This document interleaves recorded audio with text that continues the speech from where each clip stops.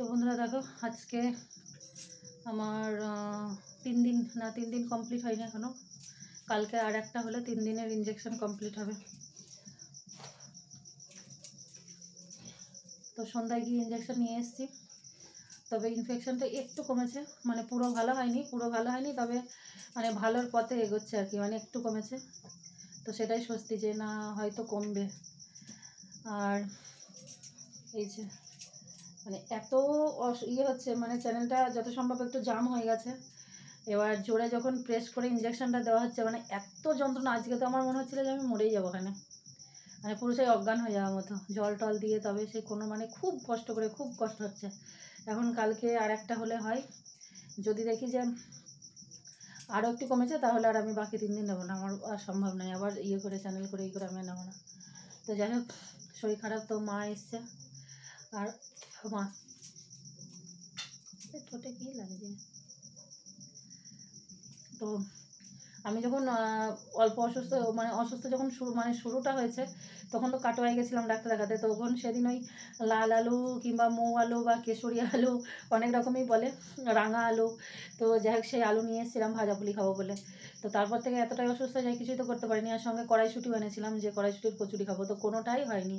তো মা যেহেতু এসছে, মাকে বললাম যে, আর অদ্রিজা বায়না করছিলো যে দুধ পুলি খাওয়ার জন্য তোমাদের দাদাভাই সন্দেশ নিয়ে এসেছিলো 250, দুধ রেখেছিলাম, কিছুই হয়নি। শেষ পর্যন্ত দুধ সন্দেশ সব আমরা এমনি খেয়ে নিয়েছি, কিছু করতে পারিনি।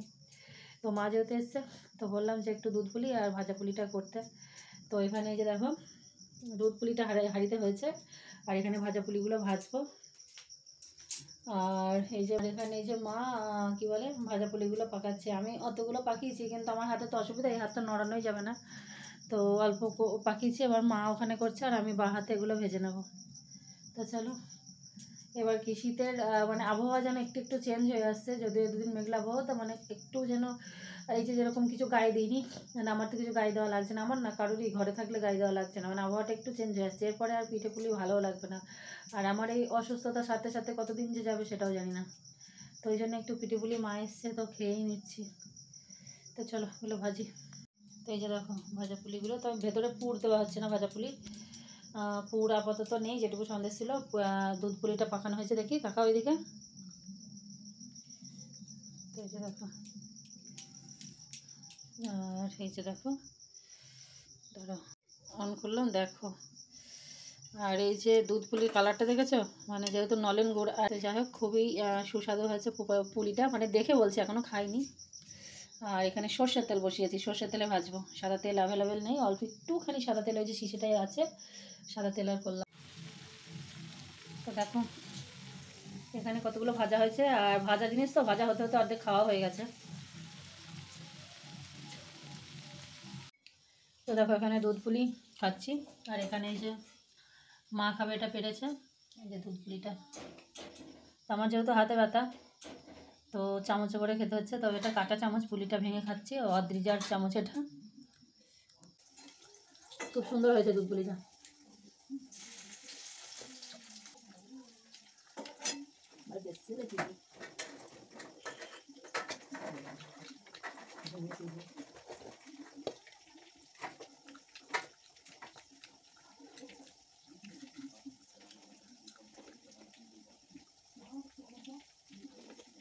ঠাকুর সব নিয়ে যায়, বুঝে যায়।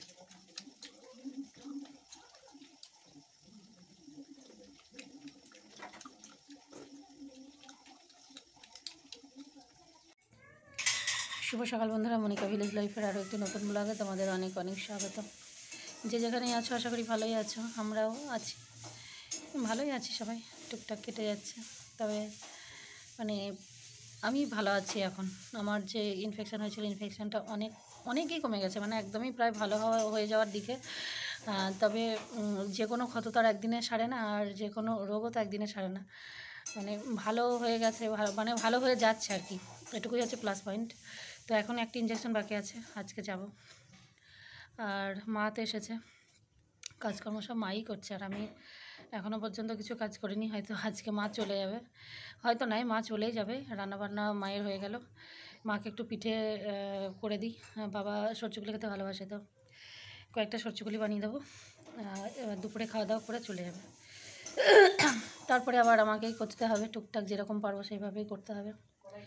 তো চলো, মায়ের রান্না বান্না হয়ে গেছে, এখন পিঠেগুলো বানাই আর ভিডিওটি দেখতে থাকো। অনেক দিন পরে সুস্থ হচ্ছি, সুস্থ আছি, এরকম একটা ভিডিও দিচ্ছি।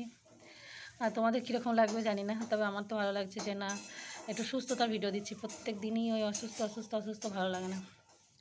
তো চলো দেখতে থাকো, ভালো লাগলে অবশ্যই চ্যানেলটিকে সাবস্ক্রাইব করে পাশে থেকো আর ভিডিওগুলোতে একটু লাইক শেয়ার কমেন্ট করো। তো এই যে দেখো, আমি দিচ্ছি আজকে ভাজা বড়ি। ওই যে সবজিগুলি পিঠা বানাচ্ছিলাম, তো একটু ডাল রেখেছিলাম, মানে অতটা ডাল লাগবে না আর কি ওতে। তো সেই ডালটার মধ্যে আমরা ভাজা বড়িটা এরকমভাবেই দিই। ভাজা বড়িতে আমি দিয়েছি পোস্ত শেয়ার করা হয়নি, এই যে অনেক পোস্ত দিয়েছি আর একটু স্বাদ অনুযায়ী লবণ দিয়েছি, ব্যাস। আর এটা এত ভালোভাবে ফেটিয়ে নিয়েছি, কারণ ভাজা বড়িটা কি খুব মুচমুচে হলে তবে কিন্তু ভালো লাগে। তো এটা আমার কিন্তু রেডি হয়ে গেছে।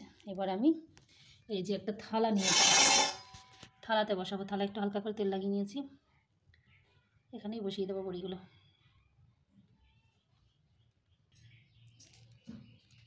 আর ভাজা বড়ি তুমি যতটা ছোট দেবে না, ততটাই কিন্তু ভালো, কারণ এটা তো কি শুধু খাওয়া হয়, ছোট ছোট করে দিলে না এটা খেতে বেশি টেস্ট হয়। বড় বড় দিলে সেই কীরকম একটা মুখে লাগে। আমি যতটা পারবো ততটা ছোট দেওয়ারই চেষ্টা করবো, তবে খুব ছোটও দেবো না আমি।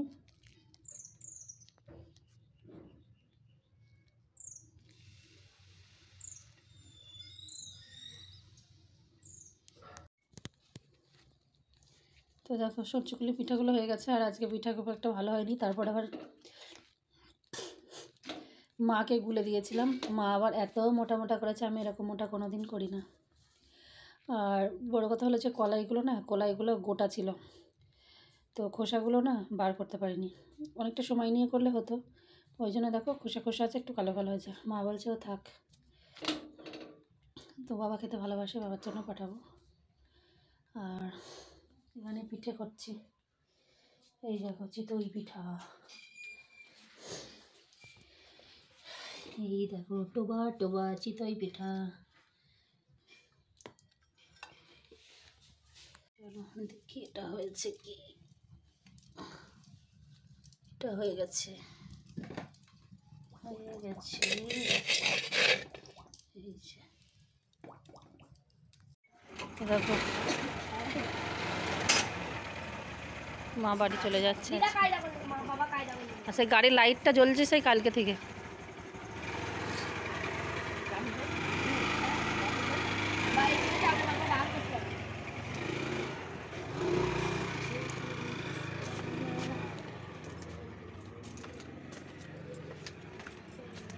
রান্নাঘরে দরজা দিলাম।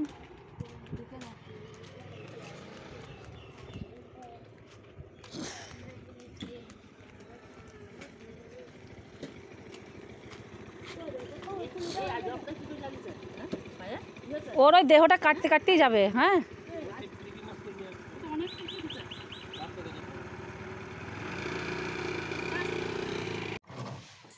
তো চলো, মা চলে গেল। মাকে দিতে গেছিলো ওরা এই মানে মোড়ে, এই সামনেখানে যেখান থেকে টোটো পাওয়া যায় আর কি। বাড়িতে বললেও আসে, একার জন্য তো আর বলা হয়নি, তো ওখানে দিয়ে আসলো।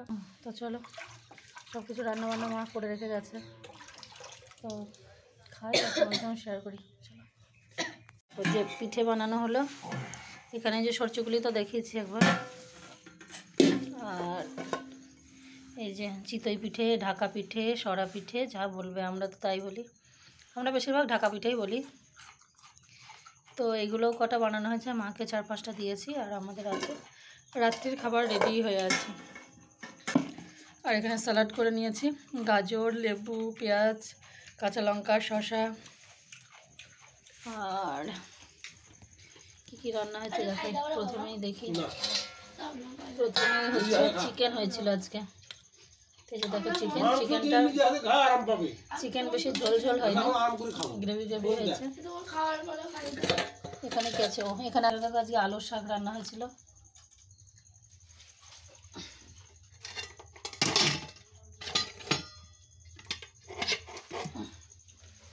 আর এখানে হয়েছে আলু, শিম, গাজর ভাজা, বেগুন ভাজা, আর সকালে মুসুর ডালে বড়া হয়েছিল একটুখানি আছে। আর এটাতে আছে কয়েক পিস চিকেনের টুকরো, সন্ধ্যাবেলা ভাজবো, পকোড়া করবো। তো এই হলো রান্নাবান্না।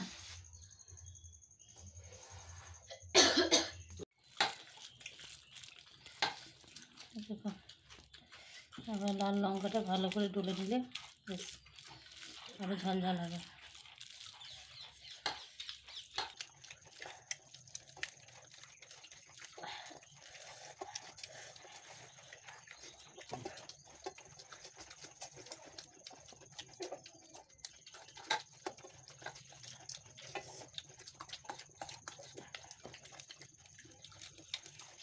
আমি